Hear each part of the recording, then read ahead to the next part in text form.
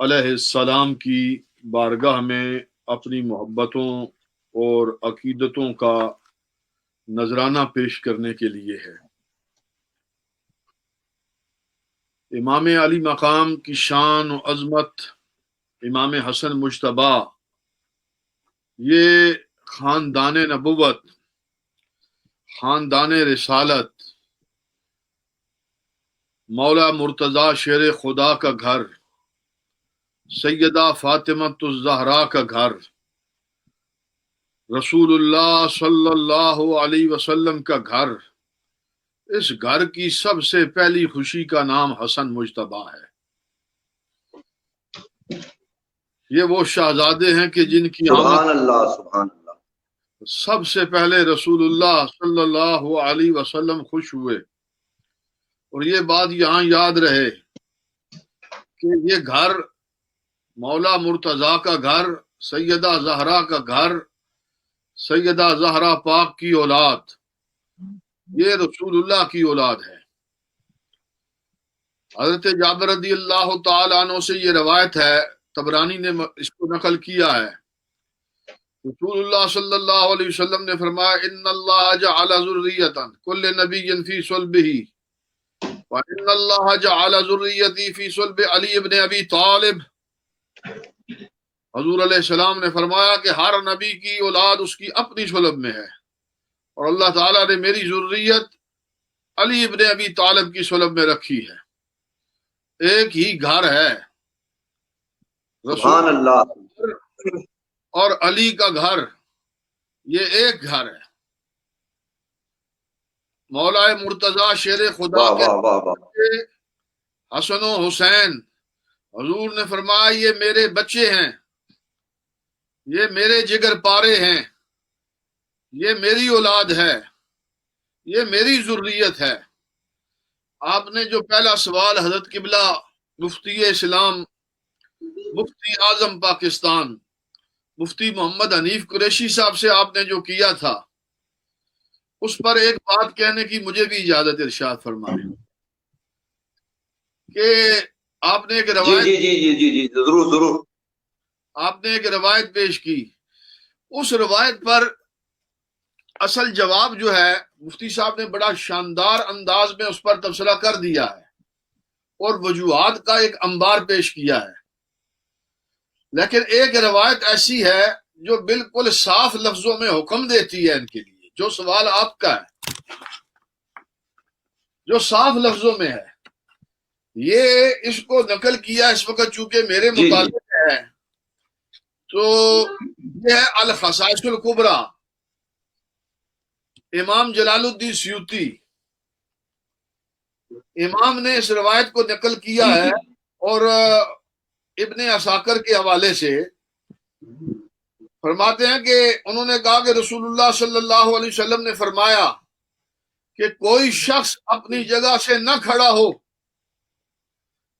مگر حسن یا حسین یا میری اولاد کے لیے۔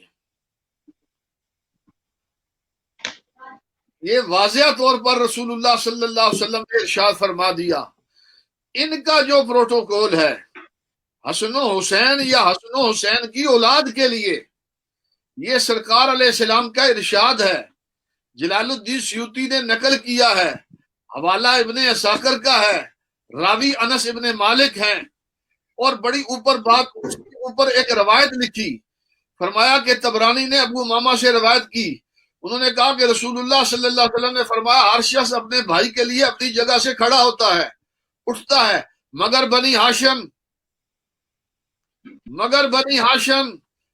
ہاشم کسی کے لیے کھڑے نہیں ہوں گے۔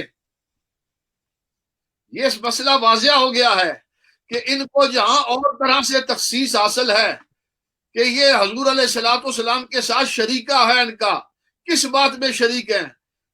صدقہ کی حرمت میں شامل ہیں، درود میں شامل ہیں، سلام میں شامل ہیں، طہارت میں شامل ہیں، تو اسی طریقے سے یہ تعظیم میں بھی شامل ہیں کہ رسول اللہ صلی اللہ علیہ وسلم جس طرح آپ کسی شخص کے لیے کھڑے نہیں ہوں گے اپنے امتی میں سے، اسی طرح ان کی اولاد و حسن و حسین کا بھی یہ شان و مقام حضور علیہ السلام نے خود متعین فرمایا، اور یہ میری عقیدت نہیں ہے، میرا جذبہ نہیں ہے، میری محبت نہیں ہے کہ میں اپنی محبت سے میں کشتا ہوں، میں غلام ہوں آل محمد کا تو میں اپنی محبت کا تقاضا پورا کر رہا ہوں۔ نہ، یہ میری محبت کا تقاضا بعد میں ہوگا، پہلے تو رسول اللہ نے خود حکم دیا ہے۔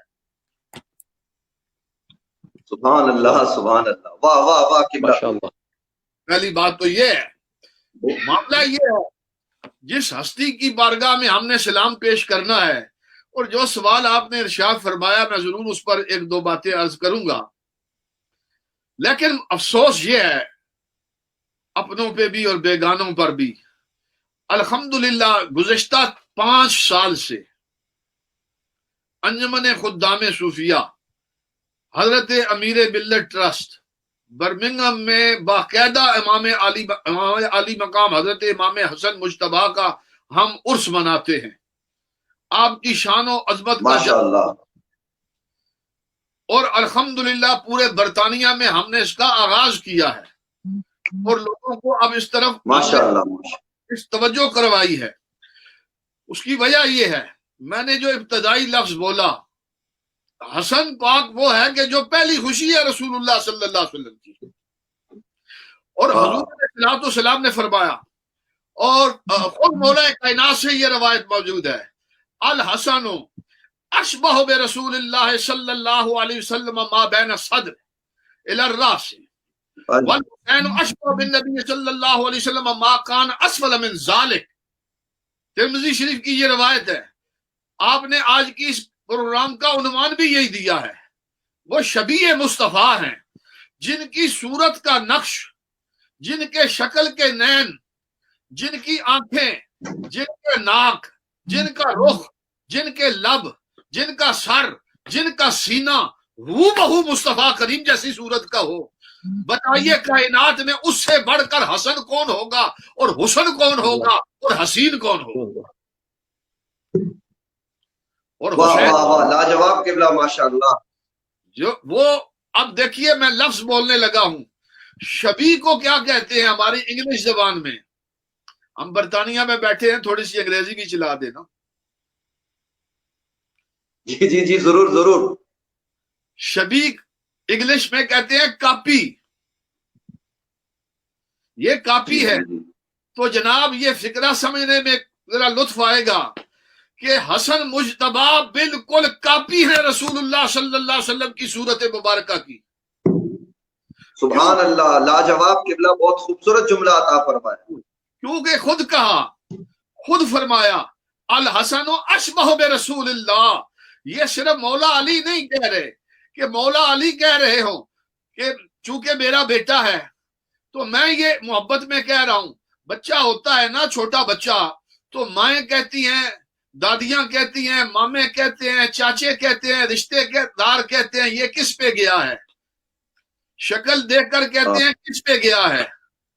تو جناب یہ صرف مولا علی نہیں کہہ رہے، حضرت جناب سیدنا ابو بکر صدیق نے خود کہا ہے، مولا علی کو کہا ہے، کہا علی بچے تیرے ہیں لیکن شکل صورت جن کی ملتی رسول اللہ سے ہے۔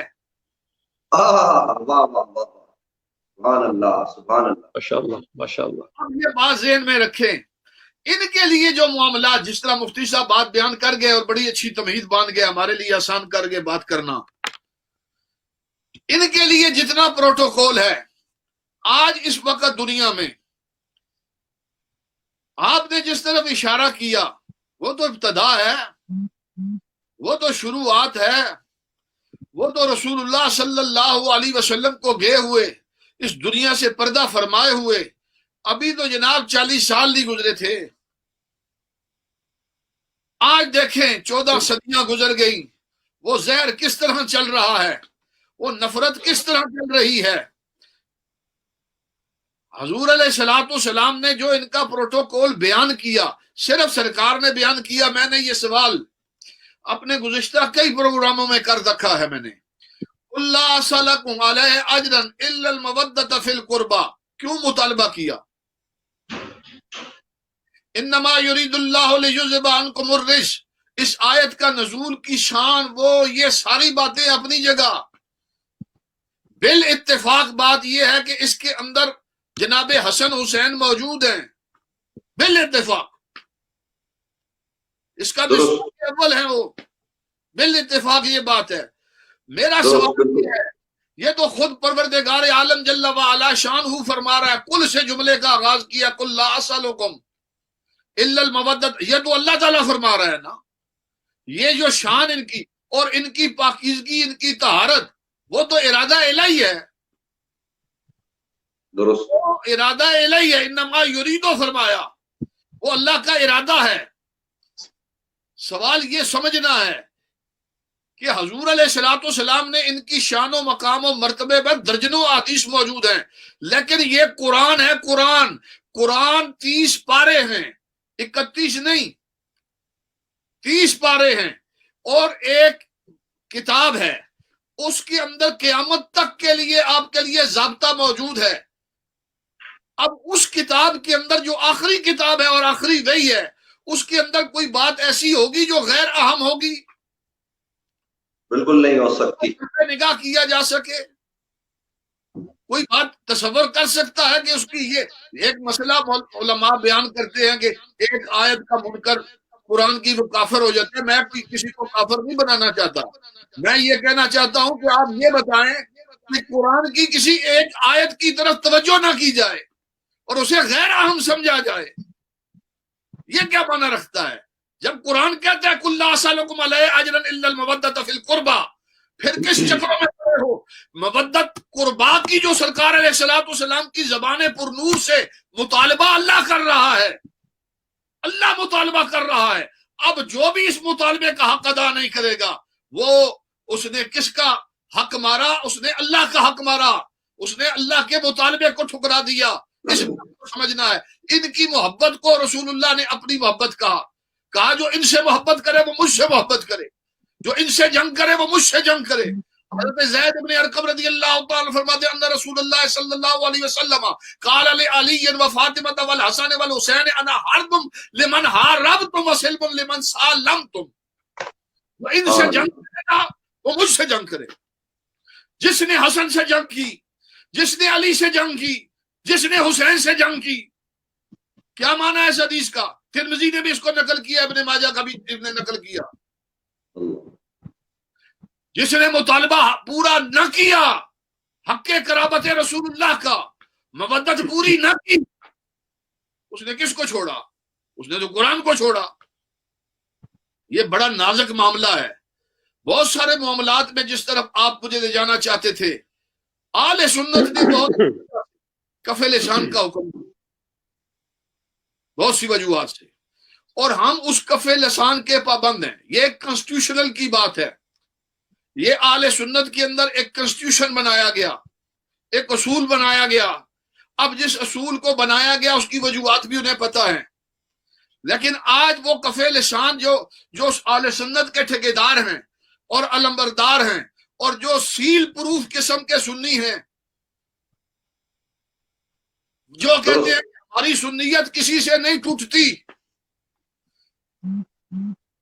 چاہے وہ ان لوگوں کے پیچھے جا کے کھڑے ہو جائیں جن پر کل آپ نے حسام الحرمین چلا رکھی ہے، حرمین کی تلواریں گردنوں پہ تم نے رکھی ہیں، آج تم ان کے ساتھ ٹکر بھی کھاؤ، سیل نہ ٹوٹے، پیچھے نماز پڑھو سیل نہ ٹوٹے، ساتھ جلسے میں بیٹھو تمہاری سنیت کی سیل نہ ٹوٹے۔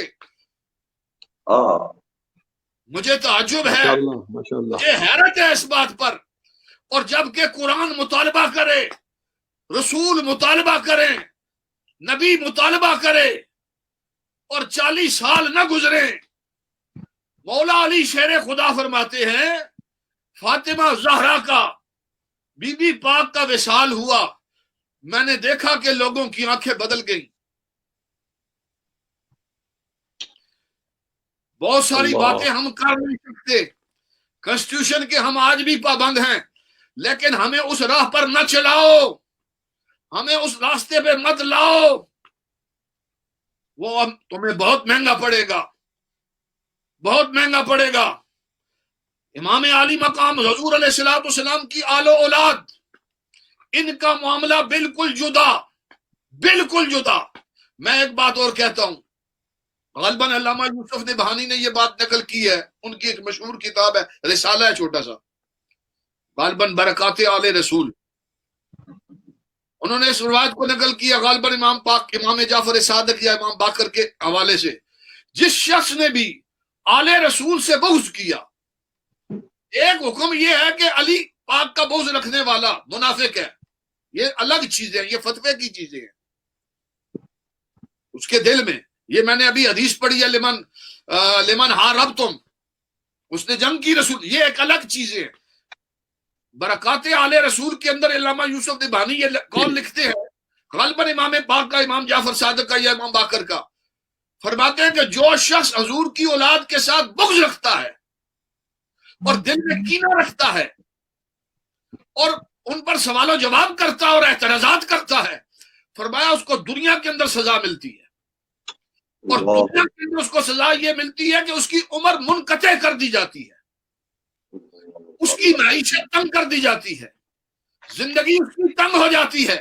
میں نے نام لیے بغیر کہتا ہوں، ان اپنی آنکھوں سے دیکھا ہے، جو آل رسول کو بھونکا وہ جوانی میں ذلیل ہو کے مرا۔ میں نے اپنی آنکھوں سے دیکھا، اور صرف میں نے ہی نہیں دیکھا، آج کی اس تاریخ میں ایک زمانے نے دیکھا ہے، وہ جوانی میں ذلیل ہو کر مرے، وہ رسوا ہو کر مرے۔ آل رسول کی محبت جزو ایمان ہے۔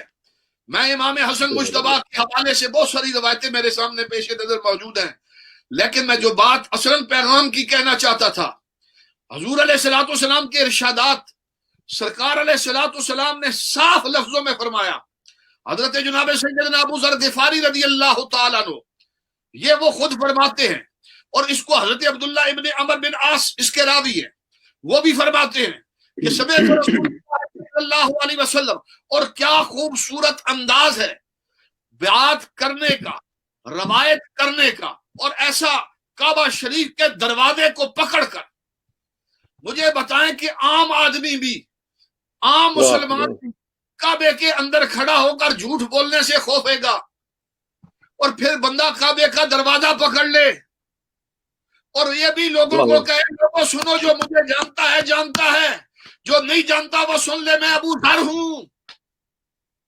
اور حضور نے ابو ذر کے لیے فرمایا کہ آسمان کے نیچے اور زمین کے اوپر ابو بکر سے زیادہ اصدق کوئی نہیں، سچ بولنے والا کوئی نہیں، وہ کعبے کی جس کو سچائی کا سرٹیفکیٹ حضور جاری کر دیں،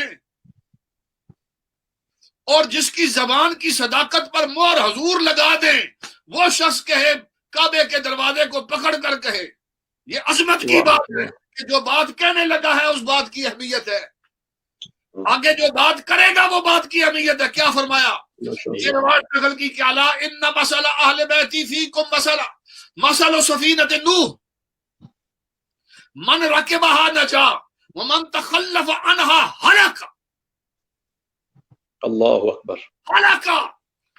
میں نے آپ کے سامنے علامہ یوسف نبہانی کی بات کی، مجھ سے پوچھ سکتے تھے کہاں یار یوسف نبہانی کا حوالہ دے رہا ہے، سرکار کا ارشاد سمجھے، جس نے سفینہ نوح کو چھوڑا، سفینہ نوح کیا ہے؟ میں یہ کہتا ہوں سفینہ نوح آج کے آپ کہیں یہ گیلانی سید ہیں، یہ بخاری سید ہیں، یہ فلاں سادات ہے، چلو تمہارا کوئی چکر رولا ہوگا، مجھے یہ بتاؤ کہ سفینہ نوح کیا حسن نہیں ہے؟ سفینہ نوح کیا حسین نہیں ہے؟ اور سفینہ نوح سیدہ زہرا نہیں ہے؟ بے شک ہے۔ وہ مولا مرتضیٰ نہیں ہے؟ تو حدیث کو پھر سمجھ کے مجھے جواب دیں اس کا، واہ واہ، پھر جواب دیں اس حدیث کا کہ سرکار علیہ السلام فرما رہے ان مسلو، اور یہ مجھے کہا 1400 سال بعد والوں کو کہا۔ ماشاء اللہ ماشاء اللہ۔ بات سمجھیے اس بات کو، میں پوری ذمہ داری سے بات کہہ رہا ہوں، اور اس بلا خوف و جھجک کہہ رہا ہوں، اس بات پہ مجھے کوئی خوف نہیں ہے، کیوں کہ یہ بات میں کوئی اپنا حوالہ نہیں پیش کر رہا یا اپنی رائے نہیں دے رہا، متن حدیث پیش کر رہا ہوں میں. یہ متن حدیث ہے. اور سرکار نے الا کے ساتھ کہا خبردار، پھر انا کے ساتھ کہا تاکید، اور سرکار نے پھر فرمایا کہ اہل بیت فیکم، اور پھر کہا کہ اس کی مثال دی سفینہ نوح علیہ السلام کے سفینے کی مثال کیوں دی؟ مثل و سفینت نوح کیوں کہا؟ اس کی وجہ یہی ہے، سفینے کا تعلق طوفان سے ہے، سیلاب سے ہے، تباہی سے ہے، بربادی سے ہے. اور جب تباہی اور فساد زمین پر سیلاب کی شکل میں آئے، اس وقت نوح کا سفینہ نجات دیتا ہے. کہا یہ میری اولاد ہے، یہ تمہارے لیے سفینہ نوح اس لیے اس وقت بنیں گے جب تمہارے ایمان حملہ ہوگا، جب ڈاکو تمہارا ایمان لوٹنا چاہیں گے، جب تباہ کرنا چاہیں گے تمہارے ایمانوں کو. اس وقت ایمان کی خیر چاہتے ہو، ایمان کی سلامتی چاہتے ہو، تو ایمان تمہیں درِ صحرا پر ملے گا، ایمان تمہیں درِ مرتضیٰ پر ملے گا، ایمان تمہیں امام حسن کے دروازے پر ملے گا، ایمان تمہیں ملے گا تو حسین کے دروازے پہ ملے گا، ایمان تمہیں ملے گا تو امام باقر پر ملے گا، امام جعفر کے پاس ملے گا، امام حسن عسکری کے پاس ملے گا، آل محمد آل رسول کے پاس تمہیں ایمان ملے گا. ماشاء اللہ ماشاء اللہ. یہ مطلب ہے. میں یہ پیغام ہی اصل دینا چاہتا تھا. اس وقت چونکہ حالات ایسے ہیں، جذبات بہت زیادہ عجیب و غریب ہیں. ہم تو غنیمت سمجھتے ہیں، جب بھی کوئی موقع ملے دل کی بڑاس نکالتے ہیں. دو دن پہلے یہ میرے میسج مجھے آیا، اپنا ہمارا ایک سنگی، اس نے مجھے میسج کیا، اور میسج کر کے اس نے مجھے بھی پریشان کیا اور خود بھی وہ پریشان ہی تھا. اور اس نے مجھ سے مسئلہ اصلاً پوچھا. یہ میں میسج آپ کو کوشش کرتا ہوں میرے سننے والے سنیں کہ جن لوگوں نے سیدہ زہرا پاک کے حوالے سے جب یہ کہہ دیا کہ بی بی پاک خطا پر تھیں، اور پھر ادھر کراچی کے اندر مفتی نوید عباسی صاحب آپ کے شہر میں ایک بدبخت نے سیدہ زہرا پاک کی لخت جگر، مولا مرتضی شیر خدا کی نور نظر، جناب امام حسین کی ہمشیر، حضرت امام حسن پاک کی ہمشیر، ان پر کون سا لفظ بولا اس نے؟ زدی کہا اس بدبخت نے، زدی.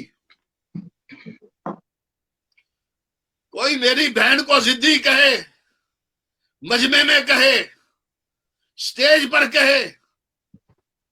میں کراچی کے مفتی صاحب جنہوں نے اپنی بغل میں بٹھا کر چائے پلا کر کھانا کھلا کر دستے شفقت رکھ کر اس کو فیس سیونگ دی، میں لعنت بیچتا ہوں ایسے رجوع پر بھی، میں لعنت بیچتا ہوں ان لوگوں کی توبہ پر بھی. یہ فیس سیونگ دی ہے، فیس سیونگ.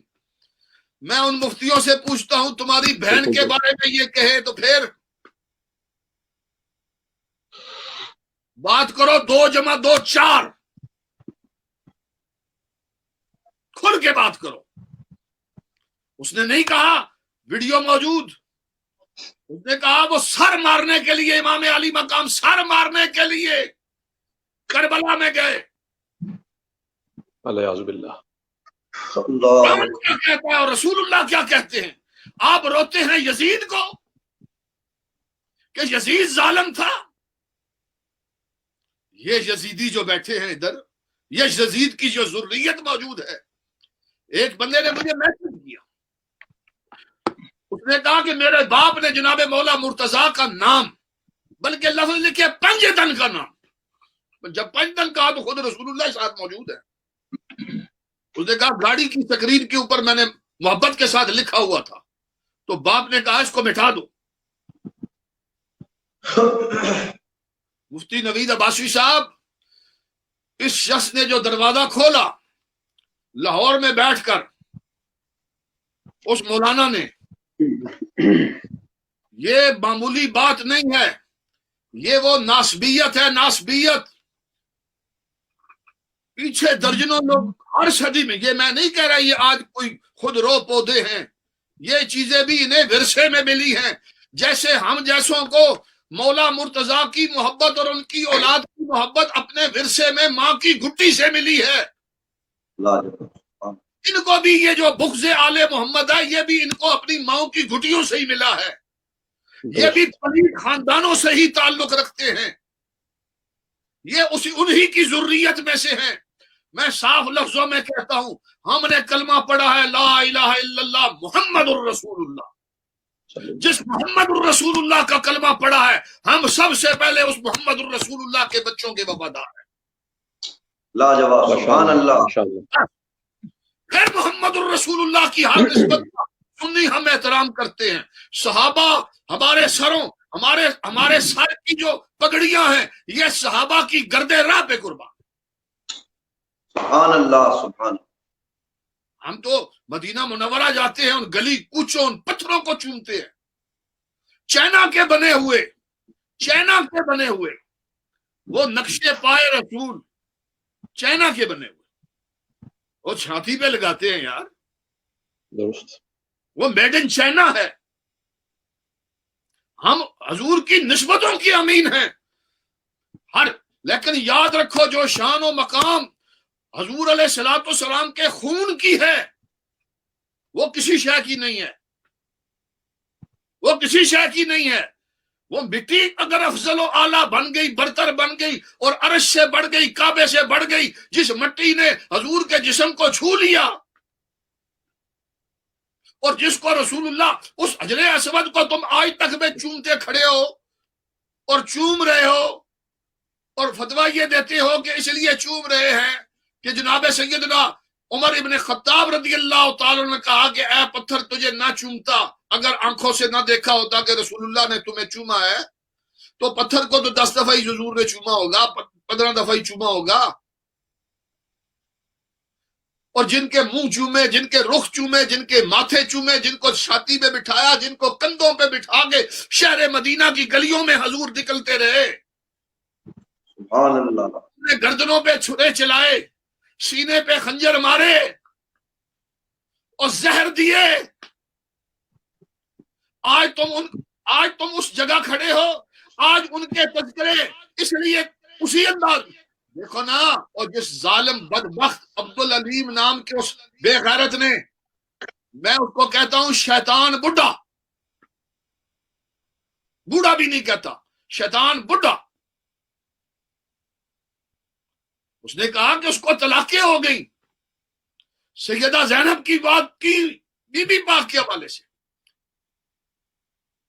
میں حلفن کہہ رہا ہوں، حلفن. ابھی میں صبح ایک جگہ گیا ہوا تھا، راستے میں مجھے پاکستان فون کیا اپنے کسی عزیز کو، تو میں خیر و عافیت پوچھی، سب خیر خیریت کا. اس نے مجھے خبر دی ہمارے خاندان میں کسی بچی کے حوالے سے کہ وہ ناراض ہو کر آئی اور اس کو نوٹس طلاق کا ملا. میں نے فوراً اسے کہا یہ بات کہیں اور نہیں کرنی.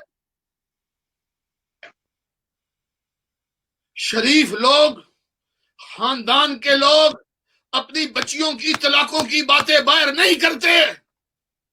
اور سنیو کہاں مر گئے ہو، اور سیل پروف سنیو، رسول اللہ کی بیٹی، مولا مرتضی شیر خدا کی بیٹی، سیدہ زہرا پاک کی بیٹی، اور تمہارے کراچی میں بیٹھ کر ایک بڈھا شیطان اس کی طلاقوں کا ذکر کر گیا. تمہاری غیرت کہاں گئی؟ تمہاری سنیت کو بھی ہوا.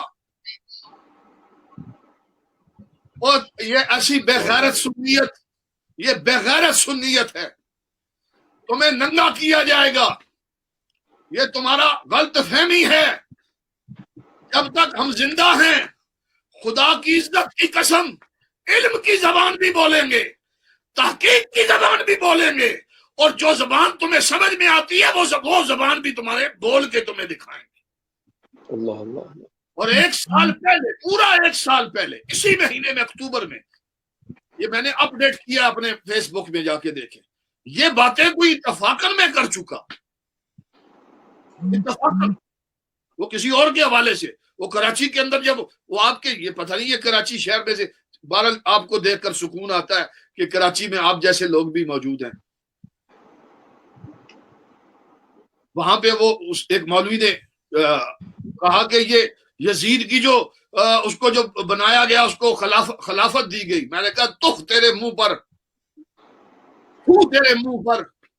اس نے کمپیئر کر کے کہا جس طرح حضرت ابو بکر صدیق نے حضرت عمر کو نامزد کیا اور لوگوں نے جب یہ کمپیئر کر رہے.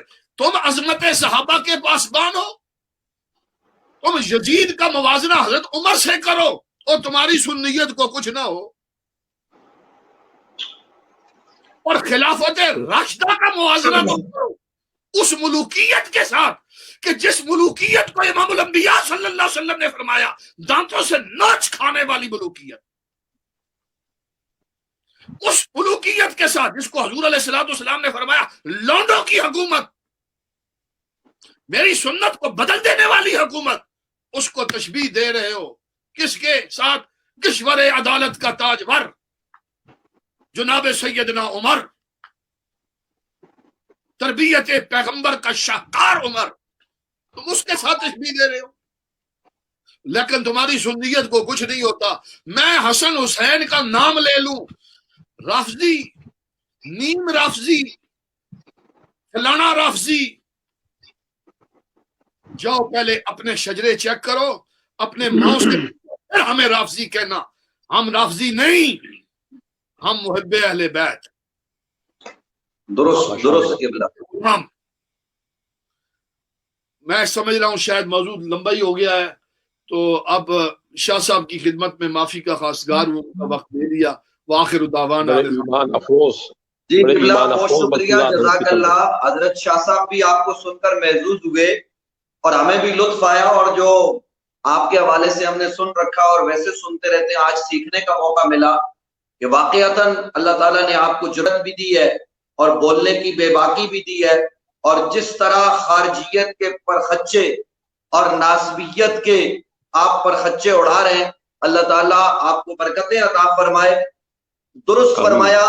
اس شہر میں اس وقت میں بیٹھا ہوا ہوں، میں قبلہ شاہ صاحب کی طرف بڑھ رہا ہوں. اس شہر میں